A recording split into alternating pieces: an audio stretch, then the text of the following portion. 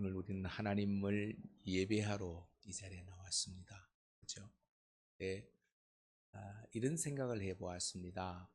하나님을 예배하러 나왔는데 하나님이 보이느냐라는 거죠. 그렇죠? 네. 그러므로 우리가 오늘 예배하는 것은 눈에 보이지 않는 하나님을 믿음으로 보고 그 하나님을 예배하러 나온 자리가 되는 거거든요.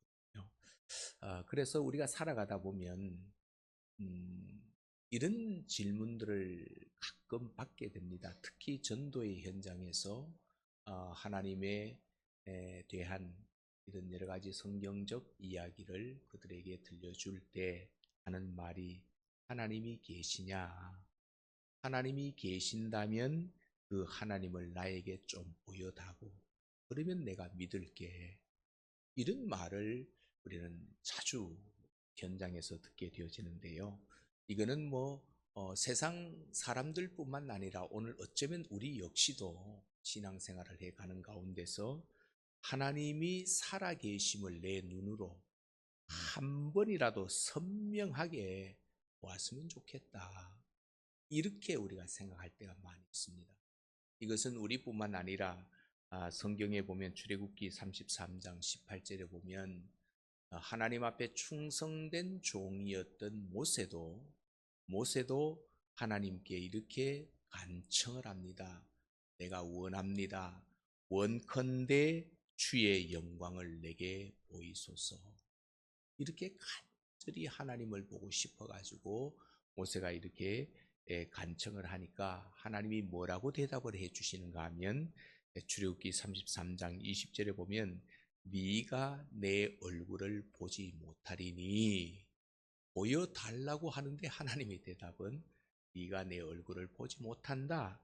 그러면서 하시는 말씀이 나를 보고 살 자가 없느니라. 다시 말하면 나를 보는 사람은 다 죽는다라는 거예요. 다 죽는다. 그래서 우리가 이렇게 유한하고 죄 많은 인간은 거룩하고 무한하신 하나님의 얼굴을 직접 볼 수 없다. 이렇게 성경이 말씀을 해주고 있거든요. 자, 여러분 그러면 이렇게 생각해 봅시다. 우리가 태양이 아무리 찬란하고 빛나고 아름답다 할지라도 그 태양을 똑바로 볼 수 있는 사람이 있을까요? 없습니다. 태양을 보게 되면 눈을 실명하는 것처럼 영광의 본체이신 하나님을 직접 볼 수 있는 사람은 아무도 없다라고 하나님이 못 박아 버렸습니다. 그러면 우리가 신앙생활 할 때 하나님 보고 싶어요, 보고 싶어요. 이거는 말도 안 되는 그런 때를 쓰는 거거든요. 하나님이 나를 보는 자는 다 죽는다 그랬으니까 하나님이 자기 자신을 보여주시면 안 되는 거잖아요. 그래서 우리는 볼 수 없다라는 거. 그렇다면 이제 우리가 이런 또 질문을 할 수 있잖아요. 이 땅에서 그러면 어떻게 하나님을 우리가 경험할 수 있는가? 하나님을 볼 수 없고 느낄 수 없고 만질 수 없는 형상이 없는 하나님이신데 내가 어떻게 하나님을 경험하고 이 세상 사람들에게 그 하나님을 보여줄 수 있는가? 이게 이제 오늘 우리에게 숙제라는 말이죠. 숙제인데, 그래서 오늘 본문에 보면 사도 요한이 본문 말씀을 통해서 그 질문에 대한 아주 명쾌한 영적인 대답을 우리에게 해주고 있는 것을 우리가 보게 되는데, 자, 이런 두 가지 질문, 어떻게 하나님을 경험할 수 있는가? 세상 사람들에게 어떻게 내가 하나님을 보여줄 수 있는가? 이 질문에 대한 대답을 찾기 위해서 본문을 다시 읽어볼게요. 자, 12절 말씀. 자, 12절 읽어봅니다. 시작. 어느 때나 하나님을 본 사람이 없으되 만일 우리가 서로 사랑하면 하나님이 우리 안에 거하시고 그의 사랑이 우리 안에 온전히 이루어지느니라. 아멘. 사도 요한은 선언합니다. 뭐라고요? 하나님을 본 사람은 아무도 없다. 그러나 우리가 서로 사랑할 때 어떤 일이 벌어지는가 하면 하나님이 우리 안에 거하시고 그 사랑이 하나님의 사랑이 우리 안에 온전히 이루어진다. 이렇게 대답을 해주고 있거든요. 그러면 이 말씀을 통해서 보이지 않는 하나님을 우리 안에 모시는 비밀, 우리가 이제 대충 답은 알고 있어, 그죠? 보이지 않는 하나님을 우리 안에 모시는 비밀이 무엇이고, 그리고 우리가 이 땅에 어떻게 그러면 서로 사랑하며 살아가야 되는지. 왜? 서로 사랑하면 보이지 않는 하나님이 우리 안에 거하신다 그랬으니까 어떤 사랑을 해야 되는가, 어떻게 사랑을 해야 되는지 구체적인 방법을 오늘 성경을 통하여서 찾아보고 함께 은혜를 하나님 앞에 구하는 그런 시간 될 수 있기를 주님의 이름으로 축복합니다. 자, 우리가 먼저 생각할 것은 서로 사랑할 때 하나님이 우리 안에 거하신다라는 겁니다. 서로 사랑할 때 우리가 하나님을 경험할 수 있다라는 겁니다. 서로 사랑할 때 우리가 하나님을 믿음의 눈으로 느낄 수 있고 볼 수 있다라는 거예요. 다시 한번 오늘 본문을 보면 만일 우리가 서로 사랑하면 하나님이 우리 안에 거하시고, 저는 이 말씀을 아무리 묵상을 해도 신비 자체예요. 신비로울 뿐이에요. 그렇죠? 신비로운 하나님은 어떤 분이에요? 우주보다 크신 분이거든. 우주보다 크신 하나님이시고, 성경에 보니까 하나님을 성전에 가둘 수 없다 그랬습니다. 이 성전 안에 제한시킬 수 없는 분, 그리고 또한 인간의 지성으로는 다 담을 수 없는 창조주 하나님. 우리가 아무리 하나님을 공부한다 할지라도 하나님을 우리의 지성에 담을 수가 없을 만큼 크신 분이거든. 이런 하나님이 언제 그럼 우리 안에 들어오시는가 라고 했을 때, 우리가 대단한 어떤 성경을 많이 읽고 성경을 암송하고 성경을 열심히 또 필사하고 이런 과정 속에서 신학적인 지식을 내가 많이 가지고 있으면 막 물으면 척척척척척척 대답하고 몇 장 몇 절 이런다고 해가지고 우리 안에 하나님이 거하시는가? No라는 겁니다. 아닙니다 라는 거죠. 그것으로 거하는 것이 아니라고 성경은 얘기합니다. 또 이 엄청난 어떤 기적을 우리가 행한다고 해가지고 하나님이 우리 안에 거하시는가? 그것도 아니라는 겁니다. 오늘 성경은 우리에게 간단하게 말합니다. 복잡한 것 한 개도 없고 우리가 서로 사랑할 때 하나님이 우리 안에 거하신다라고 이렇게 말씀을 하고 있거든요. 그러면 여기서 우리가 한 가지 단어를 해석하고 넘어가야 되는 단어가 있거든요. 거하신다라는 단어입니다. 이 거하신다라는 이 단어는요, 잠깐 방문했다가 떠나는 것을 의미하지 않아요.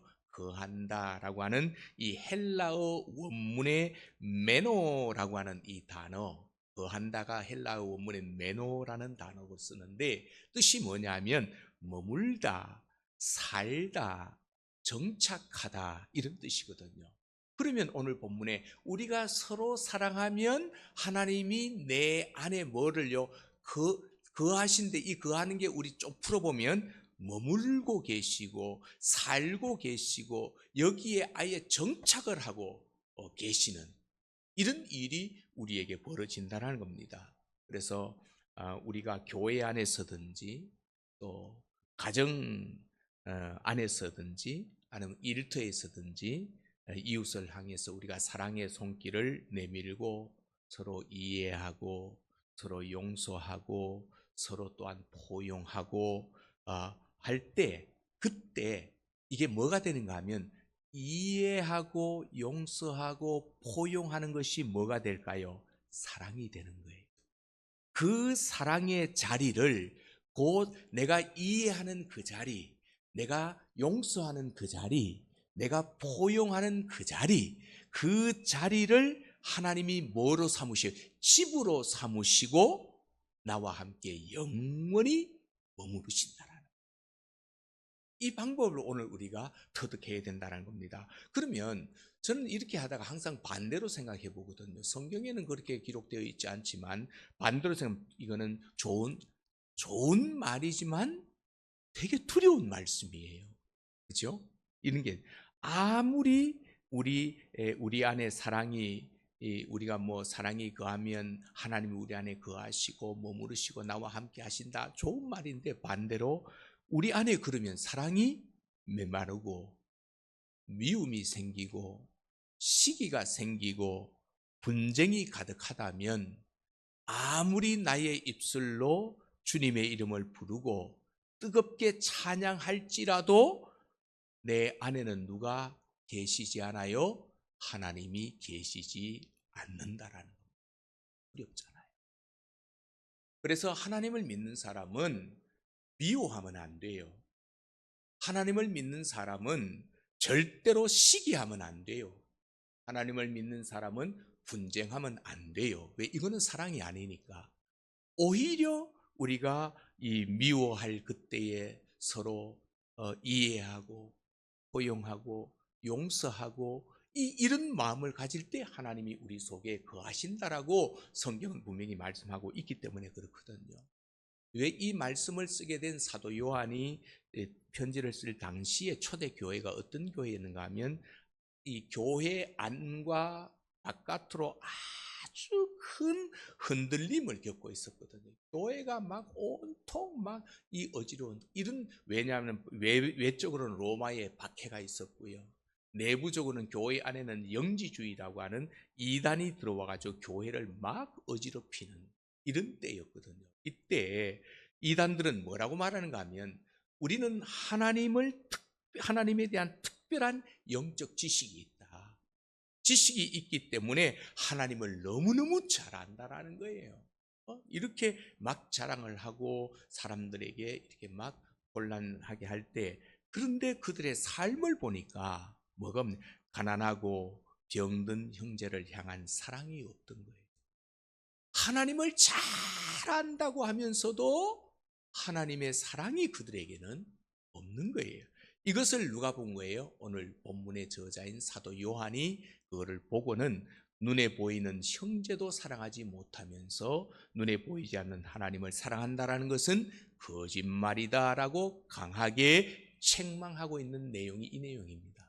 이 내용인데, 그리고 또 얘기할, 진짜 하나님을 소유한 사람, 진짜 하나님 안에 거하는 사람은 삶의 열매로 뭐가 나타나는가 하면 사랑이 나타날 수밖에 없다는 겁니다. 이게 요한이 말하는 거거든. 우리 쉽게 말할게요.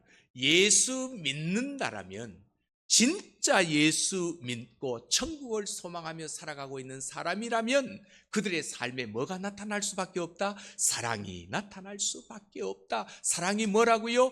이해하고 용서하고 포용하고 서로 이렇게 하는 모습이 나타날 수밖에 없다라고 요한이 그렇게 말을 하고 있거든요.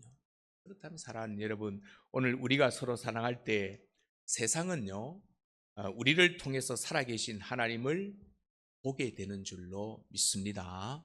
또한 기독교의 전도는 우리가 아무리 전도지를 들고 나가서 수없이 돌아다녀 보잖아요. 많은 사람을 만나보잖아요. 그러나 기독교의 전도는 말의 화려함에 있는 것이 아닙니다. 말의 화려함에 있는 것이 아니라 나가서 사람을 잘 설득해 가지고 복음을 막 말을 잘 꾸며 가지고 이어 있는 것이 아니고 우리 안에 흐르고 있는 예수 그리스도의 사랑이 바로 전도지가 되는 줄로 믿습니다.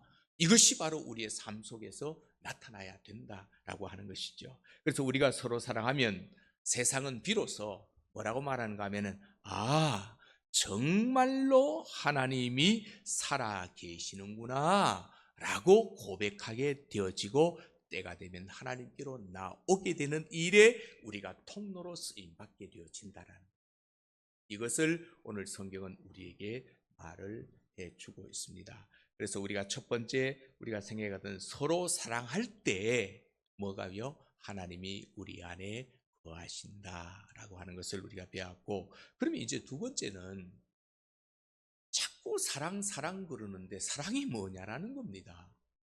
어떻게 사랑해야 되느냐라는 것이죠. 어떻게 사랑해야 되느냐. 그래서 오늘 성경이 가르쳐주는 서로 사랑하는 구체적인 방법을 우리가 알아야 되잖아요.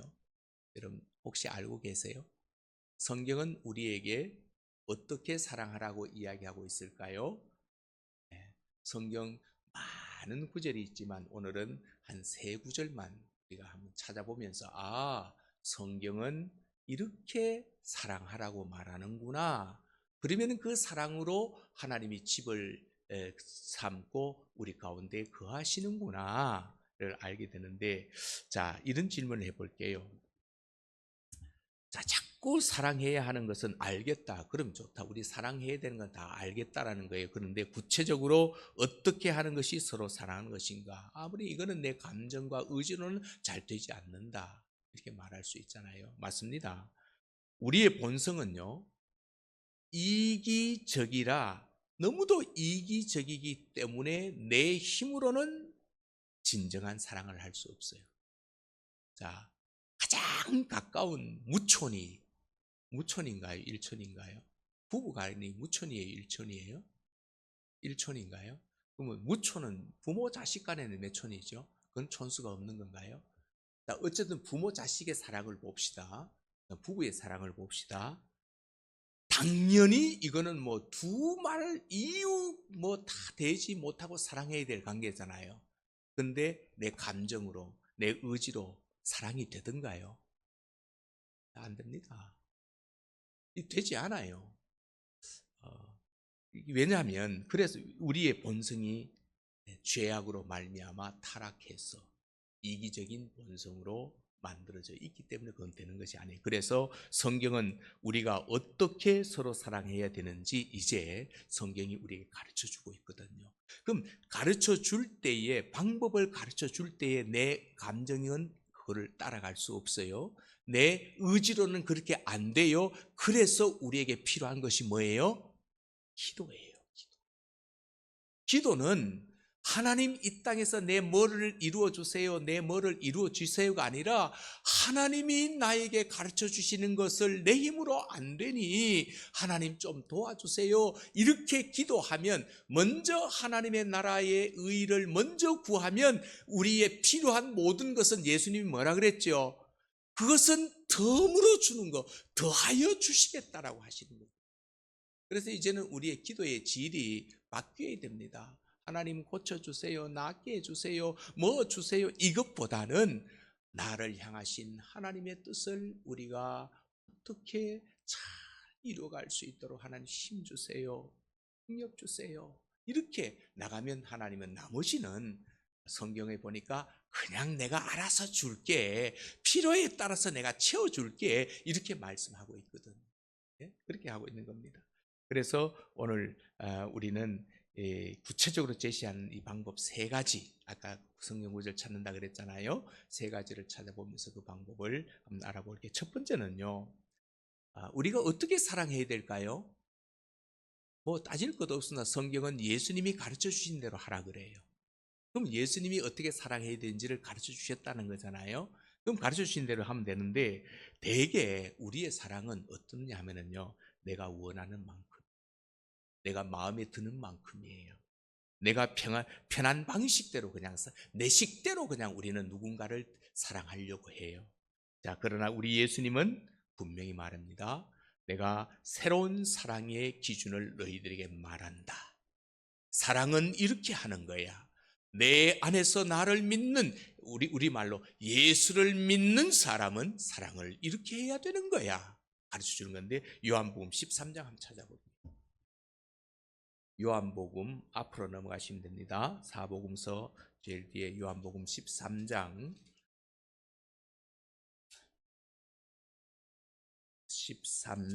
34절을 한번 보십시오.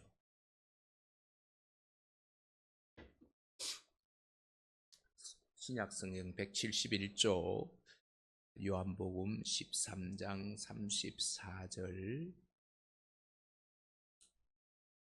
자, 읽어볼까요? 시작. 새 계명을 너희에게 주노니 서로 사랑하라.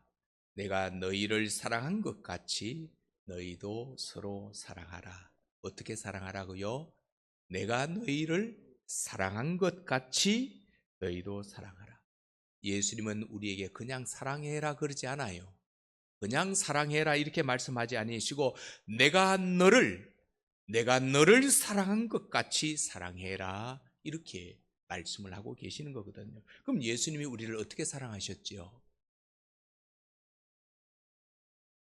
예수님이 우리를 사랑하신 것에 대해서 로마서 5장은 너무도 우리에게 잘 가르쳐주고 있거든요. 자격이 없는 우리를 위해서 예수님은 십자가에서 당신의 생명을 요만큼도 아까워하지 않고 던져버렸습니다. 왜? 나를 사랑하기 때문에 살리려고.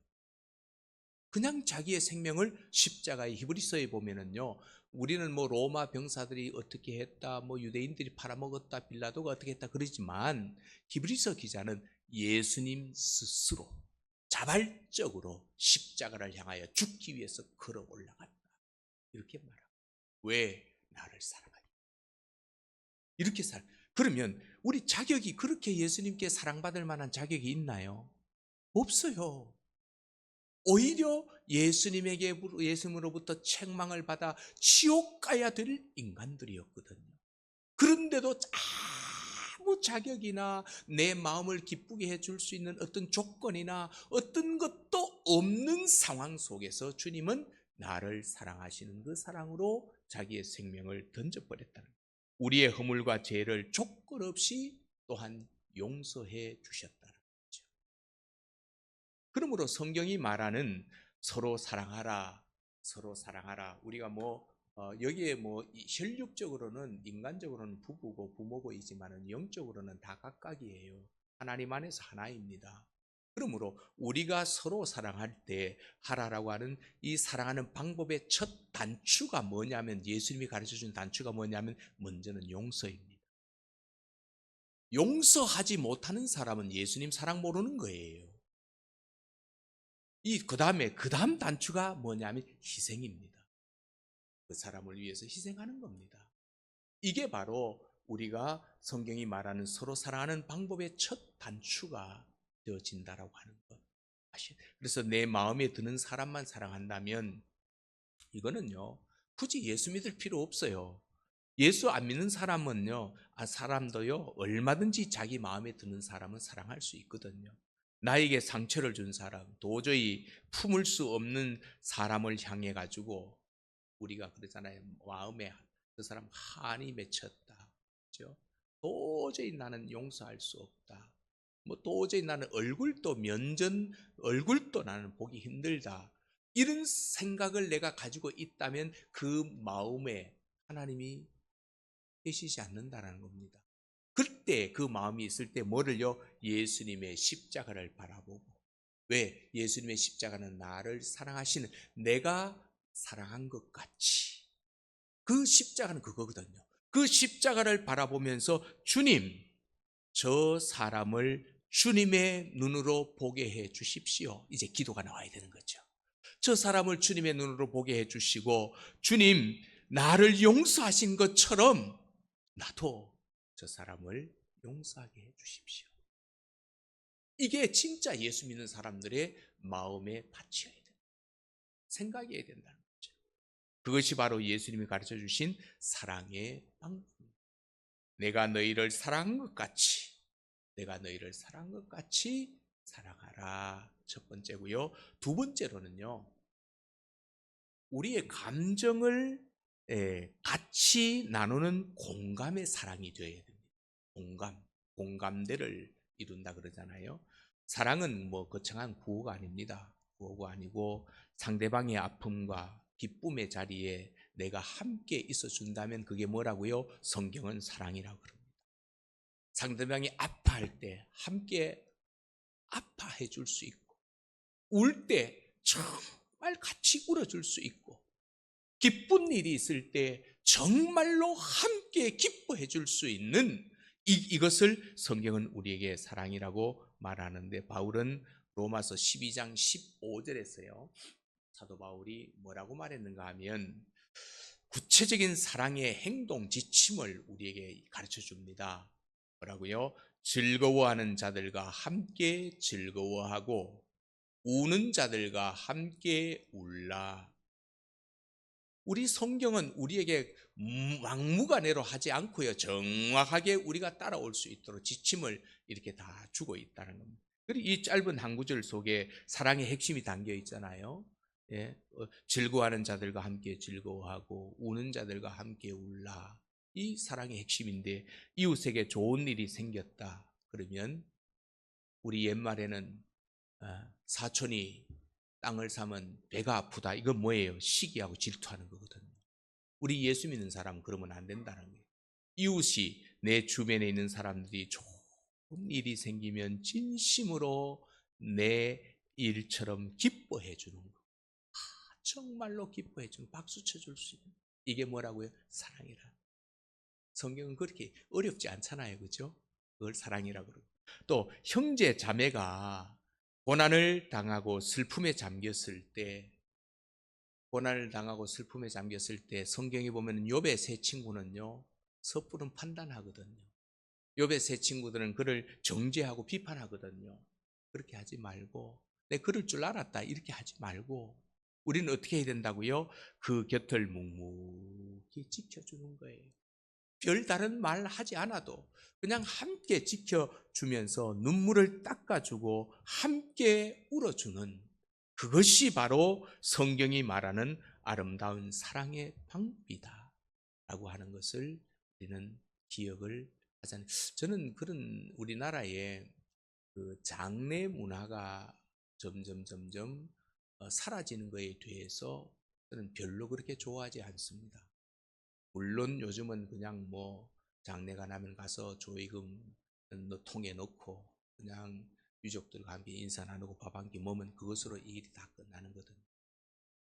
진짜 옛날 우리 뭐 연세 드시면 기억나죠? 옛날엔 친구가 만일 그런 아픔을 겪고 있으면 어떻게 했죠? 3일 밤을 같이 보내주거든.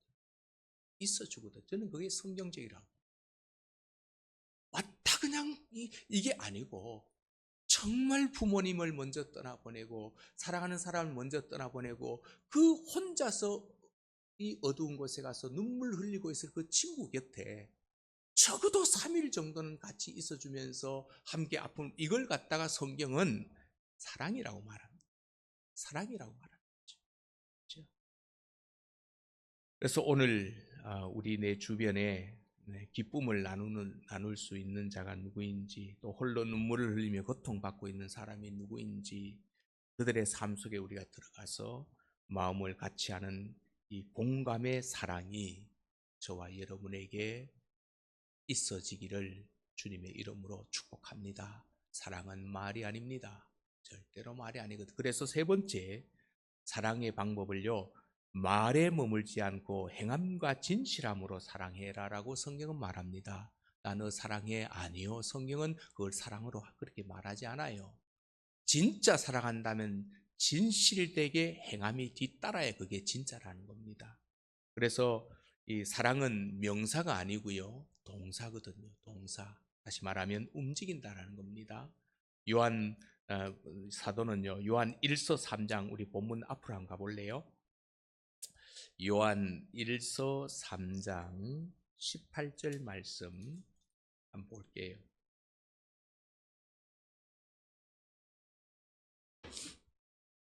391장 391페이지 읽어보겠습니다. 시작. 자녀들아 우리가 말과 혀로만 사랑하지 말고 행함과 진실함으로 하자. 아멘. 여기 보니까 입술로는 축복합니다. 우리 얼마나 잘하는 겁니까? 그렇죠? 예배 전에 인사할 때도 그렇고 또 사랑합니다. 수없이 웃으면서 얼굴을 바라보면서 말하면서 정작 도움이 필요한 형제를 보고도 도움을 주지 못한다면 그것은 사랑이 아니다라고 성경은 말합니다. 그것은 사랑이 아니다. 야고보는 또 이렇게까지 얘기했습니다. 2장에 보면은요. 행함이 없는 믿음은 그 자체가 죽은 것이라고 경고하고 있습니다. 배고픈 자에게 평안히 가라, 덥게 해라, 배부르게 해라, 말만 하는 것은 아무런 도움이 되지 않는다라는 거죠. 진정한 사랑은 나의 작은 시간과 에너지를 쪼개어 상대방의 실제적인 필요를 채워주는 구체적인 그런 행동으로 증명되어져야 된다.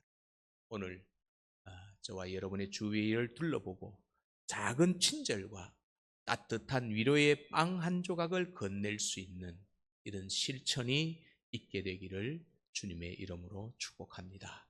말씀 정리합니다.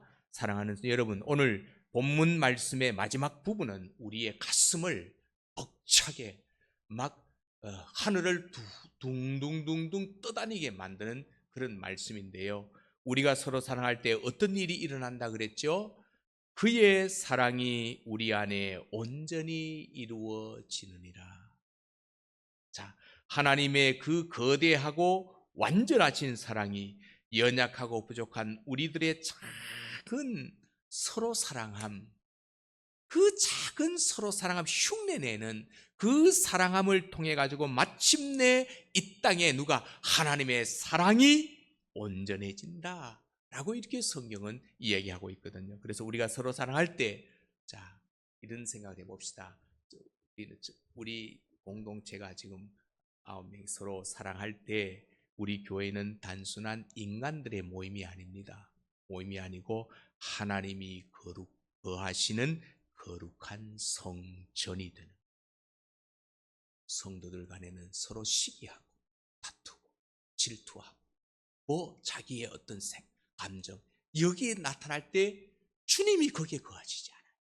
서로 사랑함으로 주님이 거하시는 성전이 되지, 거기에 안 되면 이거는 성전이 아니고 그냥 건물이에요. 건물요.